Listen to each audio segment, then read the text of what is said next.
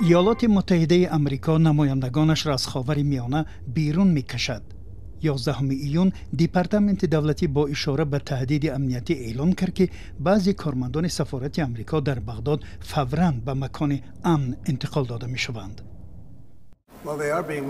خوب ما آنها را کوچاندیم زیرا منطقه میتواند ناامن شود. میبینیم چی میشود. ما آگاه کردیم که خارج میشویم. حالا ببینیم که چه اتفاق میافتد.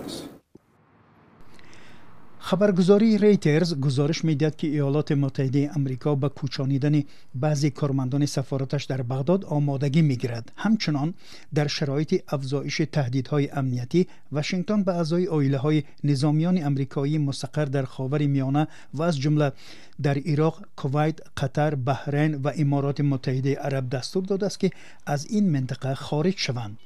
حکومت آمریکا سبب این تصمیم گیری را شرح نداده است. از زمان آغاز جنگ در غزه در سال 2023 عراق با تشنج و احتمال خشونت مواجه می باشد. گروه های نیمه نظامی رو به ایران بارها به پایگاه های نظامی آمریکایی در عراق حمله کردند، هرچند که در دوام یک سال گذشته وضع به طور نظررس آرام بوده است. بر علاوه این خبر با بنبست در مذاکرات هسته‌ای آمریکا و ایران همزمان آمده است. روز چهارشنبه در این باره خبرنگاران از دونالد ترامپ سوال کردند.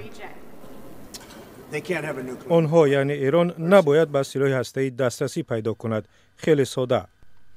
روزهای آینده دوره نوبتی مذاکرات ایالات متحده آمریکا و ایران دایر خواهد شد. احتمال در این نشست تهران که پیشنهاد واشنگتن را رد کرده است، شرطهای خود را مطرح کند.